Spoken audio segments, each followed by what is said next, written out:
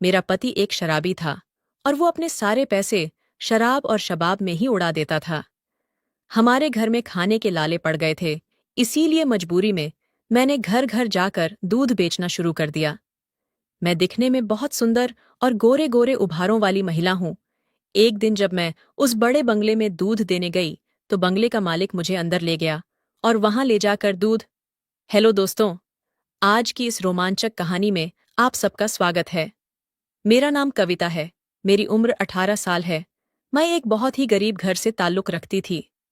मेरे माँ बाप बचपन में ही इस दुनिया से चल बसे थे।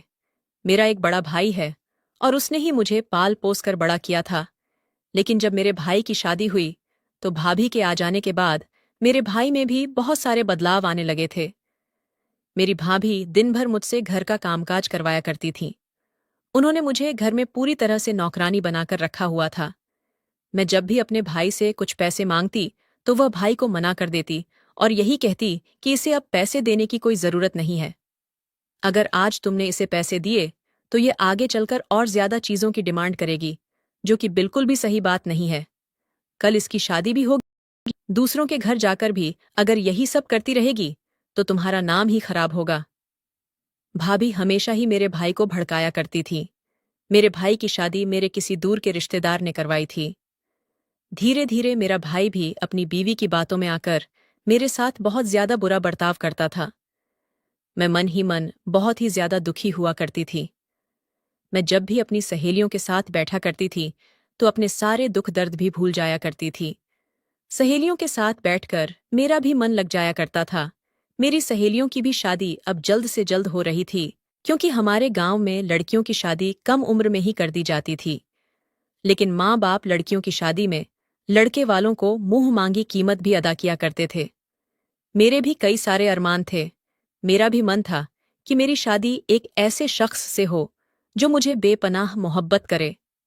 मेरी सहेलियां भी मुझे सुहागरात की रात के बारे में बताया करती थीं, जिसे सुनकर मेरे भी जज्बात उठने लगे थे।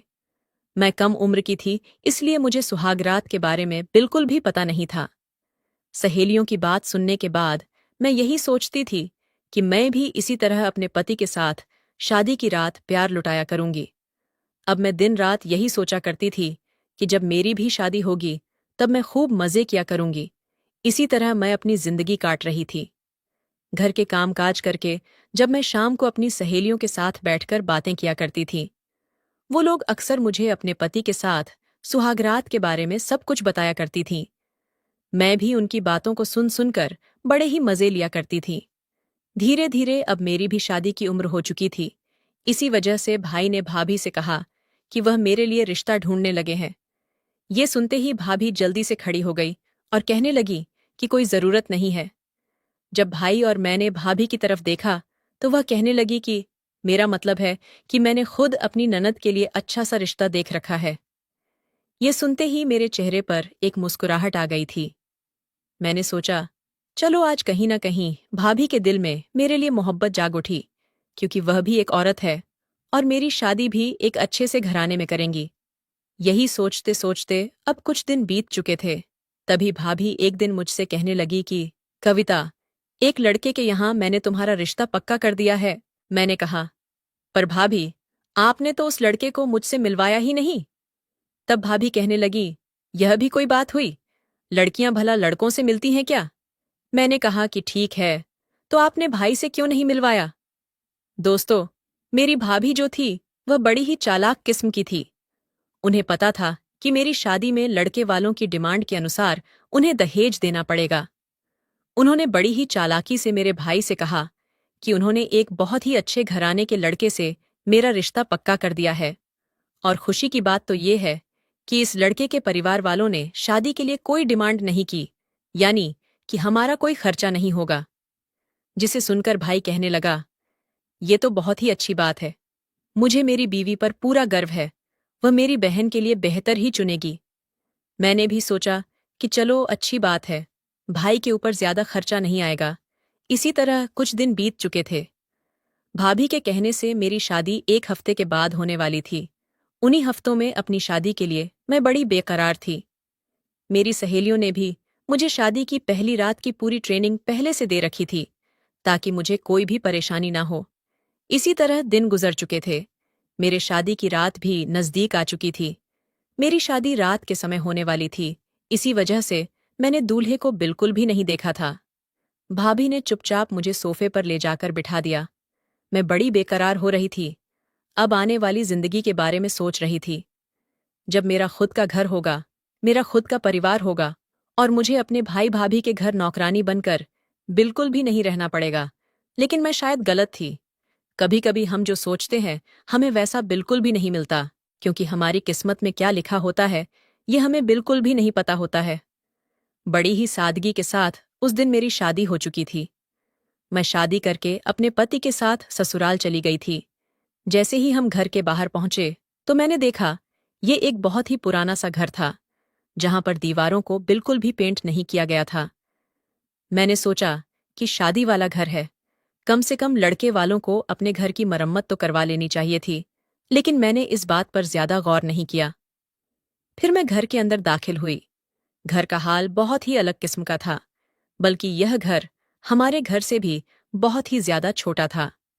घर में मेरी सास और मेरे पति अकेले रहा करते थे। मेरी सास थोड़ी बुजुर्ग थी, इसी वजह से कुछ रस्म करने के बाद वह अपने कमरे में चली गई। जैसे तैसे मेरे पति ने मुझे मेरे कमरे तक पहुंचाया।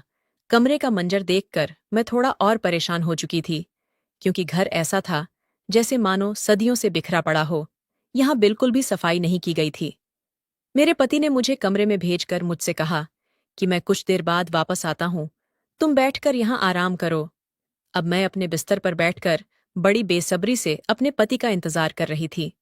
मैंने सोचा, चलो घर जैसा भी हो, लेकिन पति तो अच्छा निकला, क्योंकि उसने शादी के दौरान हमसे कोई भी डिमांड नहीं की थी। इसीलिए मैं बहुत ही ज्यादा खुश थी। अब मैं अपने पति के साथ आने वाले वक्त के बारे में सोच रही थी। मुझे किस तरह अपने पति से प्यार करना है, पति को कैसे अपनी तरफ करना है। यही सोच सोचकर मैं मन ही मन बड़ी ही खुश हो रही थी। पूरे 2 घंटे के बाद मेरा पति कमरे में दाखिल हुआ, लेकिन वह जिस हाल में आया था, उसे देखकर मैं पूरी तरह चौंक गई थी। वह पूरा नशे में धूत था।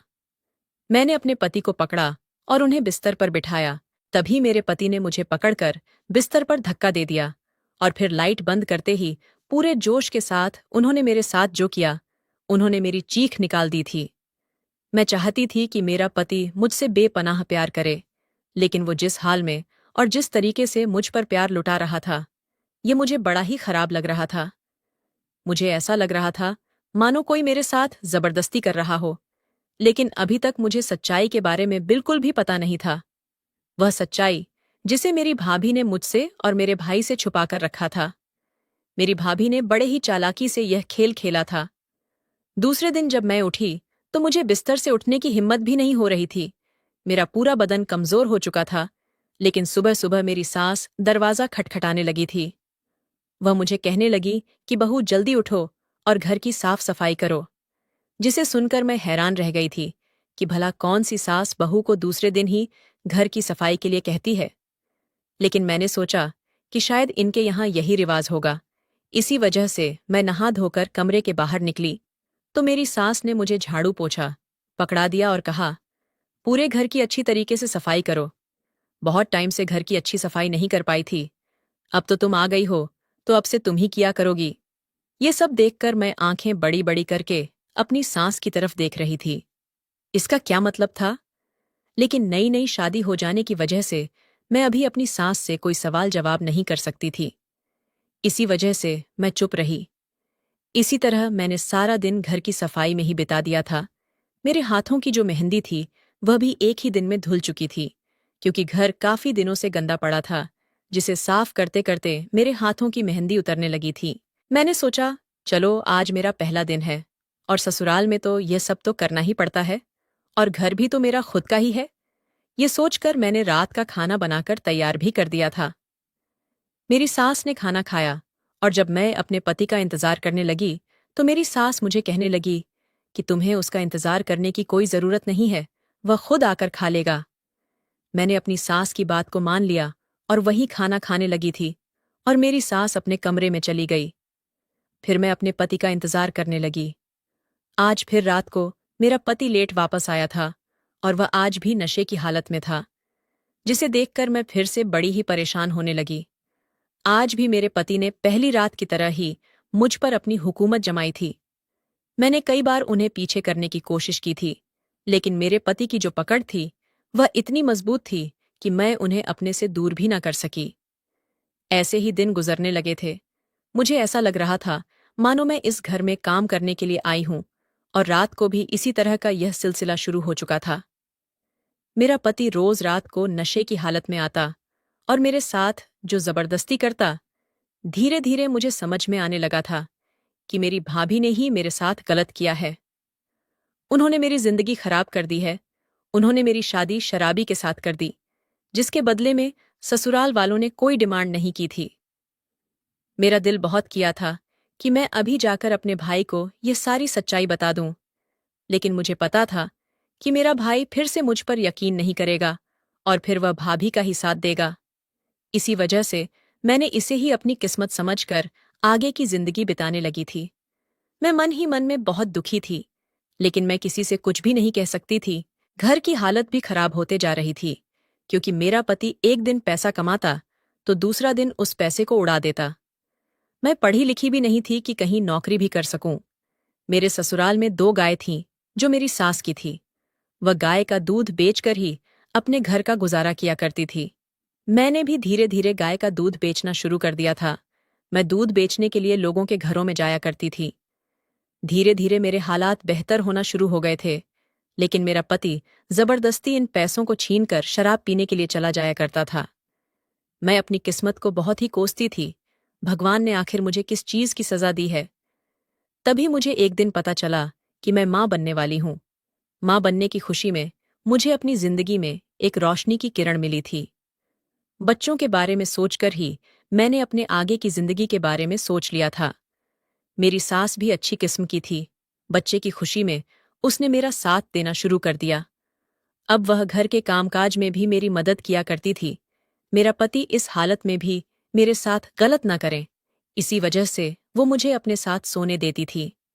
इसी तरह मैं भी अपनी जिंदगी बिता रही थी। अब मैं आने वाली जिंदगी के बारे में सोचने लगी थी कि मेरे छोटे छोटे बच्चे होंगे और वह मुझे मां कहकर पुकारेंगे।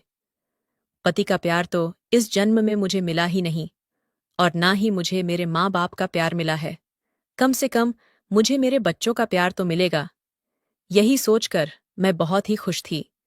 फिर पूरे 9 महीनों के बाद मैंने 2 जुड़वा बच्चों को जन्म दिया। कुछ दिन तक तो मैं बिस्तर पर ही आराम कर रही थी, क्योंकि बच्चे हो जाने की वजह से मुझ में बहुत कमजोरी आ चुकी थी। लेकिन अब धीरे धीरे घर के हालत फिर से खराब होने लगे थे, क्योंकि मेरा पति तो कोई कामकाज बिल्कुल भी नहीं करता था। उसे मेरे बच्चों की कोई भी फिक्र नहीं थी। बस मेरी सास थी जो मेरे बच्चों की देखभाल किया करती थी। फिर 1 महीने के बाद मैंने फिर से दूध बेचने का काम शुरू कर दिया। 1 महीने दूध न बेचने की वजह से जो लोग भी मुझसे दूध खरीदा करते थे, उन सब लोगों ने किसी और से दूध लेना शुरू कर दिया था। इसी वजह से अब मुझे दूध बेचने में थोड़ी परेशानी होने लगी थी। मैं जब शाम को अपने बच्चों के पास आती तो वो भूख से बिलखते रहते और रोते होते थे। ये सब देखकर मुझे काफी दर्द भी होता था। मन ही मन मैं बहुत दुखी होती कि मैं अपने बच्चों के लिए भी कुछ नहीं कर पा रही। मेरी सास मुझे बहुत हिम्मत दिया करती थी। वह मुझे हमेशा कहती थी कि तुम बहुत ही बहादुर लड़की हो। तुम बिल्कुल भी हार मत मानो। देखो, कहीं दूसरी जगह पर जाकर दूध बेचा करो, शायद वहां किसी को जरूरत हो। यही सोचकर मैंने दूसरी जगह पर जाकर लोगों के घरों में दूध बेचना फिर से शुरू कर दिया था। कुछ दिन तो मुझे थोड़ी परेशानी हुई, लेकिन बाद में धीरे धीरे मेरे दूध की बिक्री होने भी लगी। लोग दूध के बदले मुझे काफी अच्छी कीमत भी दिया करते थे, जिससे मेरे घर के हालात बहुत बेहतर होने शुरू हो चुके थे। एक दिन जहां मैं दूध बेचने के लिए जाया करती थी, उन आंटी ने मुझसे कहा कि तुम्हारा दूध बाकी दूध वालों के मुकाबले काफी फ्रेश होता है। तुम एक काम करना, यहाँ से कुछ दूर एक बहुत बड़ा सा बंगला पड़ता है, तुम वहां पर ही रोज दूध देकर आना। वहां पर तो तुम्हें काफी अच्छे पैसे भी मिल जाएंगे। जिसे सुनते ही अंदर बहुत ही खुशी हुई थी। मैं बहुत ईमानदार लड़की थी। मैंने कभी भी दूध में मिलावट नहीं की थी। इसी वजह से लोग मुझसे दोबारा दूध खरीदा करते थे। दूसरे दिन उन आंटी के कहे मुताबिक मैं उस पते पर पहुंच चुकी थी।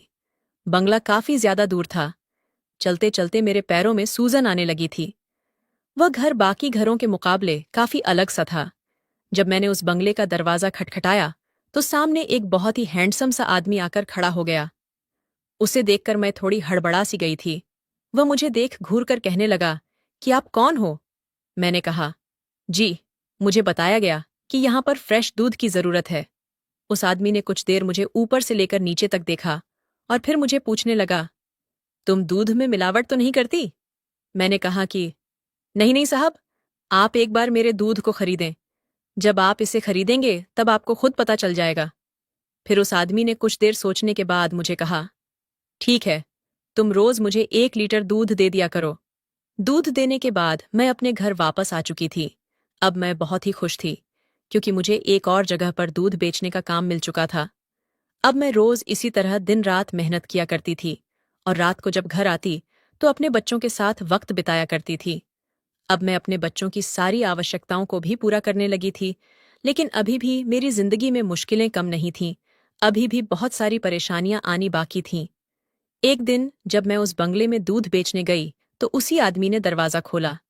पर उसने जैसे ही दरवाजा खोला वैसे ही अंदर से एक बच्चे के रोने की आवाज आने लगी। वह आदमी भागता हुआ उस बच्चे को चुप कराने के लिए घर के अंदर चला गया। बच्चे की पुकार से मैं भी अंदर भागती हुई आई। उसका बच्चा बहुत ही जोरों से रो रहा था। वो आदमी जिस तरह से अपने बच्चे को चुप करवा रहा था, उस तरह से वो बच्चा और भी रोए जा रहा था। मैं एक माँ थी और इसी वजह से मैंने उस बच्चे को अपनी गोद में लेते हुए कहा, लाइए मैं कोशिश करती हूँ। वह आदमी मुझे बड़ी बड़ी आंखों से देखते हुए कहने लगा कि तुम तो एक लड़की हो, तुम कहाँ से बच्चों को संभाल पाओगी? तभी मैंने उनसे कहा कि साहब, मेरे भी 2 छोटे छोटे बच्चे हैं, आप एक बार मुझ पर यकीन तो करें।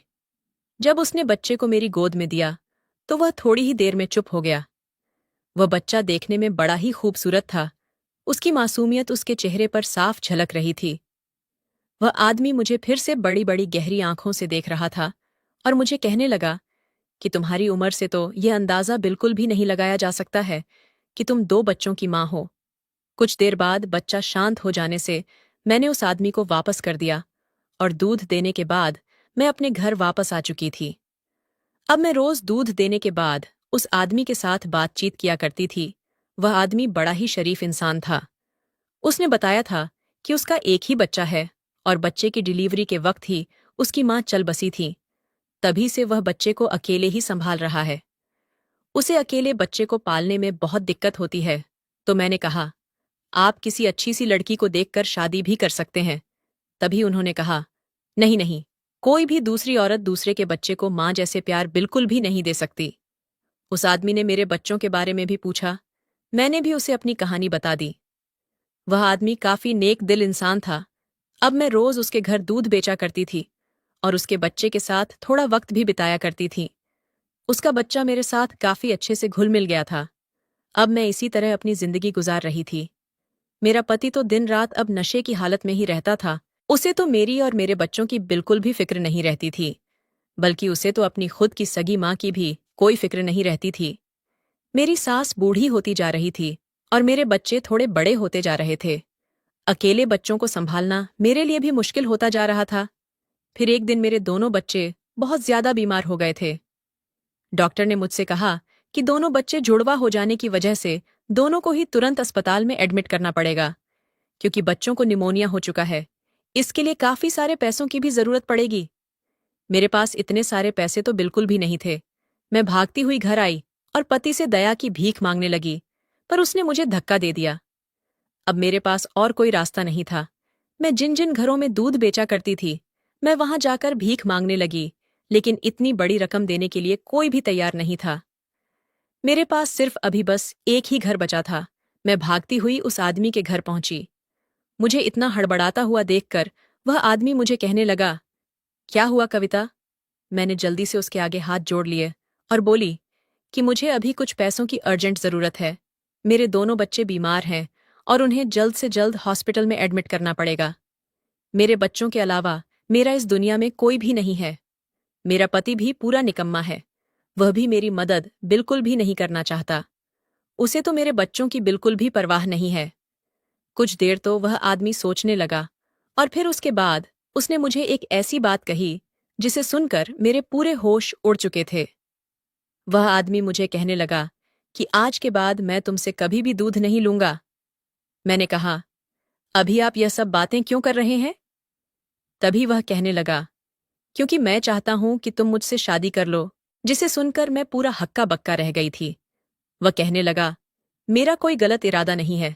देखो, मेरी बीवी इस दुनिया में नहीं है और मुझे भी अपने बच्चों के लिए एक अच्छी माँ की जरूरत है।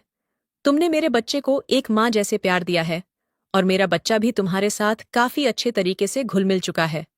तुम मुझे भी बहुत अच्छी लगती हो, इसी वजह से मैं तुमसे शादी करना चाहता हूँ। मैं कुछ देर चुप हो चुकी थी। वह बड़ी बड़ी आंखें करके मुझे देख रहा था। तभी वह मुझसे कहने लगा कि तुम अपने पति की बिल्कुल भी फिक्र मत करो। उसे मैं कुछ पैसे देकर तुम्हें डिवोर्स दिलवा दूंगा ताकि तुम आराम से मुझसे शादी कर सकती हो। देखो, इसमें तुम्हारी भी भलाई है, क्योंकि तुम्हें भी पता है तुम्हारा पति कभी भी तुम्हारे बुरे वक्त में तुम्हारे या तुम्हारे बच्चों के साथ खड़ा नहीं होगा। वह एक शराबी इंसान है। एक शराबी इंसान के साथ जिंदगी क्या होती है वो तो तुम अच्छी तरीके से जान चुकी हो। अब तुम कब तक ऐसे धक्के खाती रहोगी? मैं चुपचाप उस आदमी की सारी बात सुन रही थी। वह आदमी जो बातें कर रहा था वह एक हिसाब से बहुत ही सही कह रहा था। मैंने जब से शादी की है मैंने तब से कई सारे दुख अकेले ही झेले हैं। मेरे पति ने कभी भी मेरा साथ नहीं दिया। उसने कभी भी मेरी जरूरत को नहीं समझा। और अगर आज मैं उस आदमी की बात नहीं सुनती तो मेरे बच्चों की भी जिंदगी का सवाल है। मुझे अपने बच्चों के लिए उस आदमी के साथ शादी करनी ही पड़ेगी। तभी मैंने उस आदमी की बात को मान लिया था। फिर उस आदमी ने मेरे कहे मुताबिक मुझे 1 लाख रुपए दे दिए और मैंने अपने बच्चों को अस्पताल में एडमिट करवा दिया। कुछ दिन तक मेरे बच्चों का इलाज चलता रहा और इसके बाद मेरे बच्चे बिल्कुल सेहतमंद हो चुके थे। मैं उनको वापस अपने घर ले आई। अब कुछ दिन बाद वह आदमी मेरे घर पहुंचा। उसने मेरे पति को 2 लाख दिए। उसके बदले में मेरे पति ने मुझे डिवोर्स दे दिया। मैंने भी चुपचाप डिवोर्स के पेपर पर साइन करके उस आदमी के साथ कोर्ट में जाकर शादी कर ली। फिर उसके बाद मैं उसके घर आकर रहने लगी। कुछ दिन तो मुझे बहुत ही अजीब सा लग रहा था, लेकिन धीरे धीरे उस आदमी के दिल में मेरे बच्चों को लेकर जो मोहब्बत थी उसे देखकर मैं पूरी तरह पिघल चुकी थी। वह आदमी सच में नेक इंसान था। वह मेरे बच्चों और अपने बच्चे में कभी भी फर्क नहीं करता।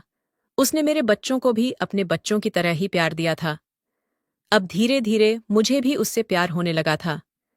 शादी हो जाने के बाद हमने एक बार भी सुहागरात नहीं मनाई थी, क्योंकि मेरे पति ने मुझे कहा था कि जब तुम चाहोगी तभी मैं तुमसे संबंध बनाऊंगा। इसी वजह से मैंने एक शाम को अपने पति के आने से पहले पूरे घर को अच्छी तरीके से सजा लिया। जब मेरा पति घर के अंदर दाखिल हुआ तो वह मुझे देखकर हैरान हो चुका था। मैंने सारे बच्चों को दूसरे रूम में सुला दिया। मैं अपने पति का हाथ पकड़कर उसे अपने साथ कमरे में ले गई। वह कमरे में आकर मुझे अपनी बड़ी बड़ी आंखों करके देख रहा था। उसके चेहरे पर हल्की सी मुस्कान थी। मैंने उसका हाथ पकड़कर उससे कहा, तुम मेरी जिंदगी में आए हो और मेरी जिंदगी बदल चुकी है। मेरे बच्चों को बेहतर बाप मिल चुका है। अगर तुम मेरी जिंदगी में ना आते तो शायद अभी भी मैं अपनी जिंदगी में परेशानियां झेल रही होती। इसके आगे मैं उसे कुछ कहने ही वाली थी कि तभी मेरे पति ने अपने होंठ मेरे होंठों पर रख दिए और हम दोनों एक दूसरे में खो गए। ये वही सुख था जिसके बारे में मेरी सहेलियां मुझे बताया करती थीं, और आज मुझे भी इस सुख की प्राप्ति हो गई थी।